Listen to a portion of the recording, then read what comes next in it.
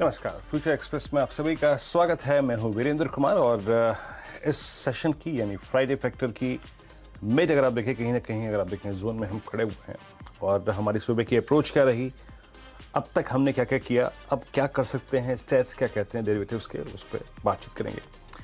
इस कार्यक्रम में मेरे साथ विजय रजानी मौजूद होंगे, उनसे करेंगे बातचीत निफ्टी बैंक निफ्टी पे उनकी अप्रोच और स्टॉक स्पेसिफिक और ऑप्शंस वाइज उनकी अप्रोच को समझेंगे। ये बाजार क्या कह रहा है, एग्जैक्टली क्या किया इसने अब तक, ये बात करते हैं। देखिए हमारी मेरी सुबह खुल के अप्रोच थी कि आज आपको देखिए दो क्लस्टर्स को देखना है और वो क्लस्टर्स ऊपर की तरफ हैं 660 710, जहां पर हमारे दो बड़े एवरेज आते हैं 200 डेमा जिस पे कल हम टिक नहीं पाए थे और फॉलिंग 20 डे एक्सपोनेंशियल एवरेज, वही अब तक का हाई है।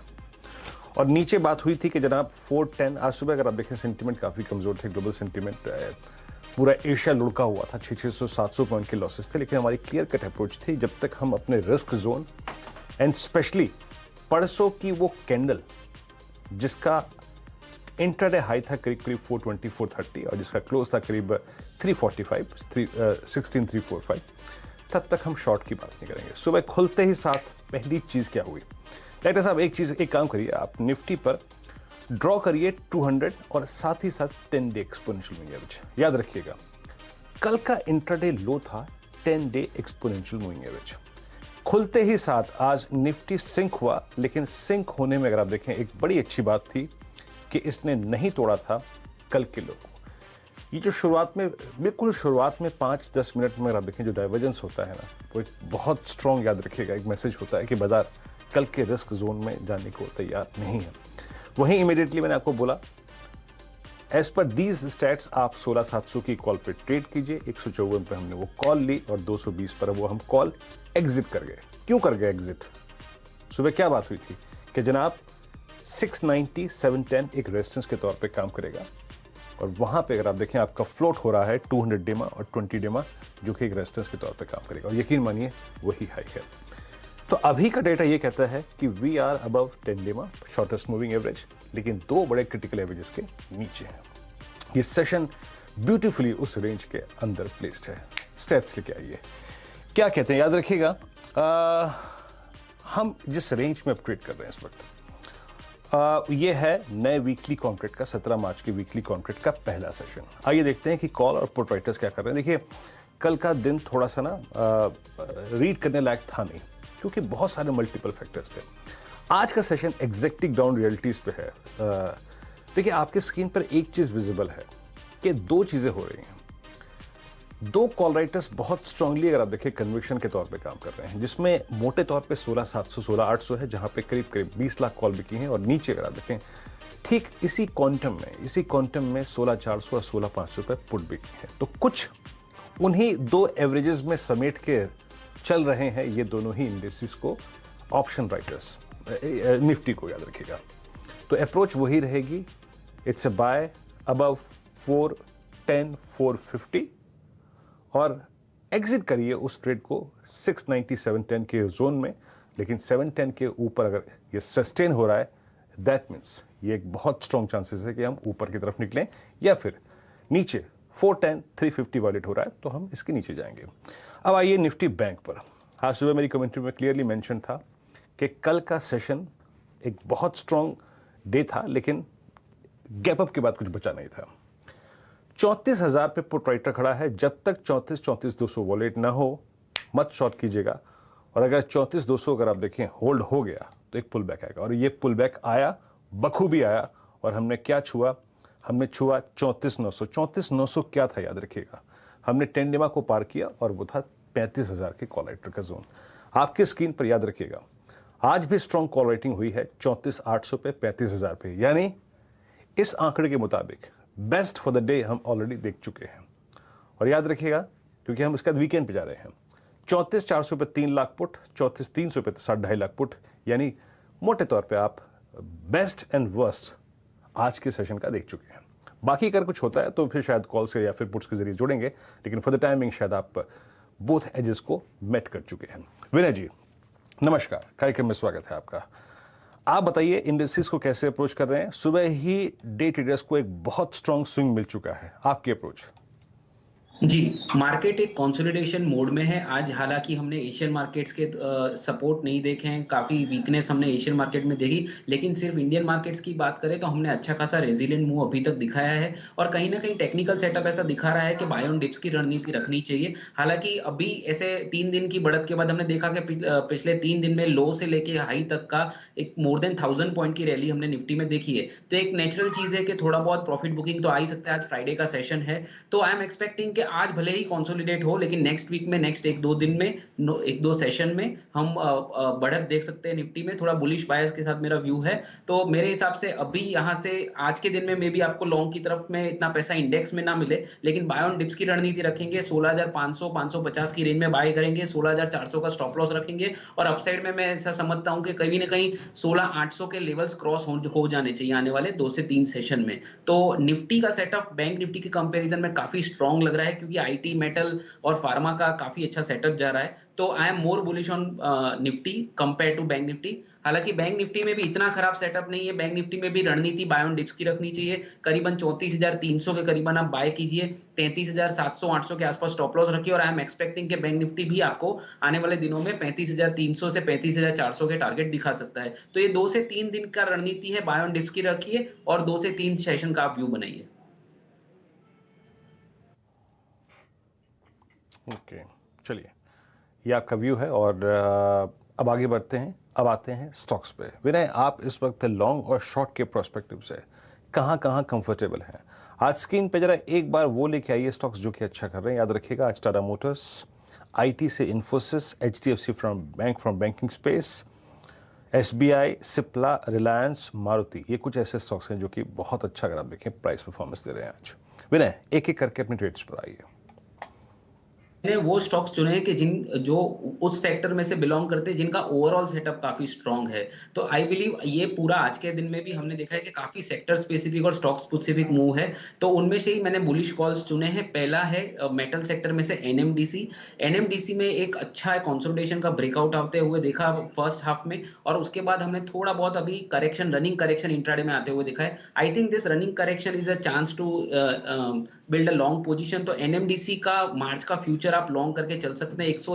156.60 का भाव चल रहा है, करीबन 153 का एक ट्रेडिंग स्टॉप लॉस लगाइए और अपसाइड में यू कैन एक्सपेक्ट कि ये स्टॉक आपको 163 के टारगेट्स दिखा सकता है। तो मार्च का फ्यूचर के रिकमेंडेशंस के लेवल बता रहा हूं।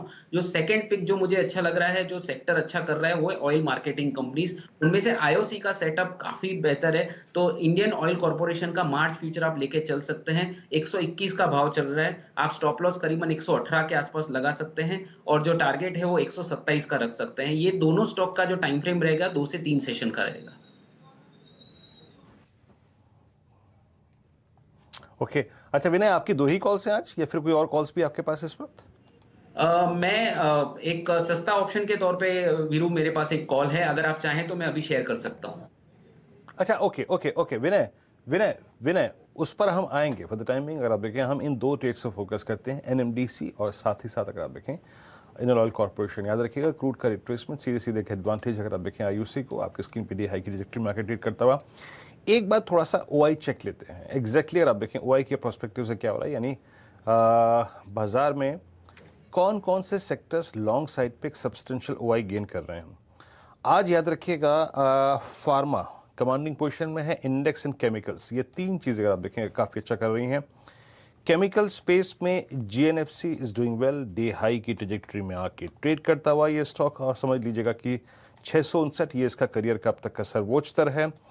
उसके बाद आप देखिए तो चंबल डूइंग वेल, करीब करीब 15.5% का ओआई एडिशन, कोरोमंडल लगभग 4.5%, और अतुल लिमिटेड करीब 3.6% का। उससे और अगर आप देखें, अच्छा अगर आप कहीं एडिशन देख रहे हैं तो वो है फार्मा स्पेस। फार्मा में क्या हुआ एग्जैक्टली 2.5%।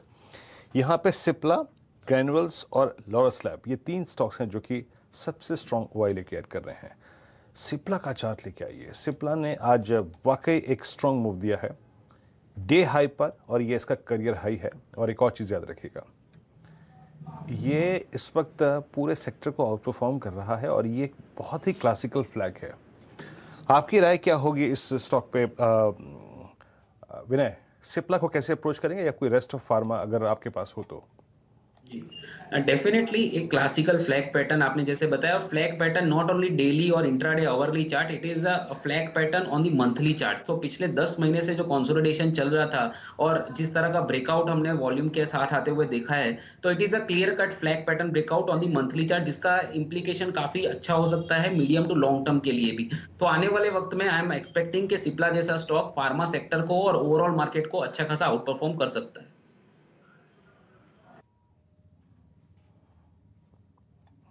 सिप्ला ही अगर आप देखें आपको काफ़ी अच्छा लग रहा है, आपकी स्क्रीन पे डे हाई की ट्रैजेक्टरी मार्केट ट्रेड करता हुआ। पुल बैक मोड में कुछ स्टॉक्स हैं जो कि डैमेज काफ़ी हुआ था। कोफोर्ज याद रखिएगा, यहाँ पर प्रमोटर के कुछ पार्शियल एग्जिट के बाद थोड़ी सॉफ्टनेस आई थी, लेकिन अगर आप देखें ये रीअपियर होता हुआ और बहुत एक स्ट्रॉन्ग क्लस्टर था इसका 4200, उसने वॉलेट नहीं किया। फार्मा में फाइजर, ये भी अगर आप देखें दिन के सर्वोच्च स्तरों पे आके ट्रेड करता हुआ। मैं फार्मा में कुछ ट्रेड लॉकेट करने की कोशिश कर रहा था, लेकिन अभी तक सक्सीड नहीं हो पाया हूँ। लेकिन विनय, एक बार जरा आईटी में आइएगा। समहाउ आप देखिए, निफ्टी आईटी का आज का लो बहुत ही कन्विंस कर देने वाला लो है। ये वही लो है जो कि मेरे ख्याल से बुधवार का लो था। ये एग्जैक्टली वही आज का लो, वही पॉइंट है जो कि मंगलवार का हाई था जब इसने बहुत स्ट्रांग मूव लिया था। एंड दैट इज एग्जैक्टली 100-डे एक्सपोनेंशियल मूविंग एवरेज। आपकी राय क्या है इस स्टॉक पे? एचसीएल टेक्नोलॉजीज को आप कैसे अप्रोच करेंगे आईटी में इस वक्त डे हाई पे फ्लो होता हुआ? जी, डेफिनेटली जैसे आपने बताया कि निफ्टी आईटी इंडेक्स में एक पोजिशनल सेटअप काफी अच्छा है। ये इंडेक्स ने अपना 200 दिन का ईएमए भी एक सस्टेनेबल बेसिस पे नहीं तोड़ा था, जो मार्केट में वीकनेस थी। तो डेफिनेटली ऐसे माहौल में IT will continue to do well in a positional basis. और जो आपने लेवल बताया आज का लो है 35,150 के करीबन, वो उसकी 5 दिन की ईएमए के पास भी है और 50 डेज ईएमए के पास भी है। तो there are multiple evidences which is giving some sign के आज का लो काफी स्ट्रॉन्ग सेटअप है। और एचसीएल टेक, यस, आज का अगर टेक्निकल शॉर्ट टर्म चार्ट देखा जाए तो HCL Tech is the best looking chart on in the IT space. तो उसने अपने प्रीवियस टॉप का जो रेजिस्टेंस था 1192 का, वो क्रॉस किया है। तो definitely it is a good development, इसको बुलिश कॉल लेके चल सकते हैं। और आज का जो लो है 1175 के आसपास का, वो एक स्टॉप लॉस बना के रखना चाहिए। और अपसाइड में ये स्टॉक एक मुझे दिख रहा है 1270 से 1275 के आसपास का एक पोजिशनल रेजिस्टेंस दिख रहा है। 4 से 5% की अपसाइड हो सकती है यहाँ से। तो आज के लो के स्टॉप लॉस से आप बुलिश रह सकते हैं in stock like HCL Tech. Okay, HCL Technologies याद रखिएगा, आज अच्छा करता हुआ डे हाई की ट्रैजेक्टरी मार्केट ट्रेड कर रहा है। लेकिन यकीन मानिए इस वक्त इट्स फार्मा, जहां पर आप देखिए बहुत अच्छे स्विंग मिल रहे हैं। सारे के सारे स्टॉक्स जो है वो डे हाई पे फ्लो करते हुए, और आईटी में HCL technologies, Coforge, Oracle financial services day high पे फ्लो करते हुए। ब्रेक के बाद फ्यूचर एक्सप्रेस में आप सभी का स्वागत है। ब्रेक से पहले आपने विनय जी की 3 कॉल्स को समझा, आई मीन निफ्टी बैंक की और साथ ही साथ 2 स्टॉक फ्यूचर्स की। अब आते हैं विनय जी के ऑप्शन ट्रेड पर। विनय जी, इस वक्त आपके दिमाग में ऑप्शंस के लिहाज से स्टॉक ऑप्शंस में क्या घूम रहा है जहां better risk reward ratio?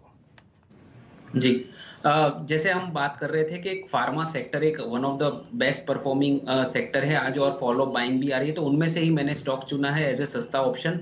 Stock है सन फार्मा, एक लीडर रहा है, काफी पोजिशनल सेटअप काफी अच्छा है। तो मुझे लग रहा है सन फार्मा का एक 900 का मार्च का कॉल लेके चल सकते हैं, जो करीबन करीबन अभी 18 रुपए थे, अभी 19 हो गया है। 19 रुपए के आसपास आप लॉन्ग करेंगे 900 का कॉल सन फार्मा का, तो बेटर रहेगा रिस्क रिवॉर्ड। और अपसाइड में आप एक्सपेक्ट कर सकते हैं कि 26 रुपए का टारगेट दिखे। और शॉर्ट टर्म में you can keep a stop loss at 15 rupees. तो मुझे लग रहा है कि कहीं ना कहीं 7 से 8 रुपए की अपसाइड हो सकती है, और कहीं ना कहीं आप 15 से 16 रुपीज के स्टॉप लॉस रखेंगे तो आपको एक रिस्क रिवॉर्ड रेशियो एक ऑप्शन ट्रेडिंग में अच्छा मिलेगा। तो अच्छे सेक्टर में से एक अच्छा स्टॉक मैंने चुना है, वो है सन फार्मा।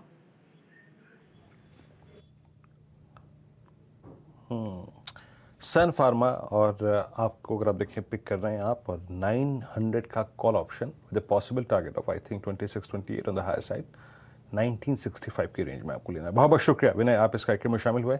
अच्छा विनय, मैं जाते जाते एक स्टॉक बहुत जो ओवर सोल्ड है उस पर आपकी राय चाहूँगा, लेकिन ओवर सोल्ड ट्रजेक्ट्री से हल्का सा पुल बैक दे रहा है, और ये फार्मा की ट्रजेक्ट्री में आता है, जोन में आता है। डॉक्टर लाल पैथलैब, इस पर आपका टेक क्या है? कौन सा स्टॉक बताया विनू? डॉक्टर लाल पैथलैब। ओके, लालपेट डेफिनेटली पिछले 3 दिन में अच्छा खासा एक बाउंस बैक दिया है और अभी भी टेक्निकल सेटअप अच्छा है और आज का लो एग्जैक्टली उसके 5 डेज ईएमए पे है। तो आज के लो का स्टॉप लॉस रखना चाहिए करीबन 2557 का 5 डेज ईएमए का सपोर्ट दिख रहा है। तो 2557 के स्टॉप लॉस से आप लॉन्ग रह सकते हैं और धीरे-धीरे स्टॉप लॉस को ट्रेल करते जाएंगे क्योंकि इसका पोजिशनल सेटअप इतना कन्विंसिंग नहीं है, इसलिए ट्रेलिंग स्टॉप लॉस रखना बहुत जरूरी है। So with the stop loss of 2557 I would remain long और अपसाइड में एक स्ट्रॉन्ग रेजिस्टेंस मुझे 900 पे दिख रहा है, तो डेफिनेटली ओवरसोल्ड है तो बाउंस भी शार्प हो सकता है। तो बेटर है आप एक ट्रेलिंग स्टॉप लॉस रखिए और पॉजिटिव मूव एक्सपेक्ट कीजिए। चलिए विनय, बहुत बहुत शुक्रिया, आप इस कार्यक्रम में शामिल हुए। सभी स्टॉक्स इंडिसेस पे आया रखे आपने।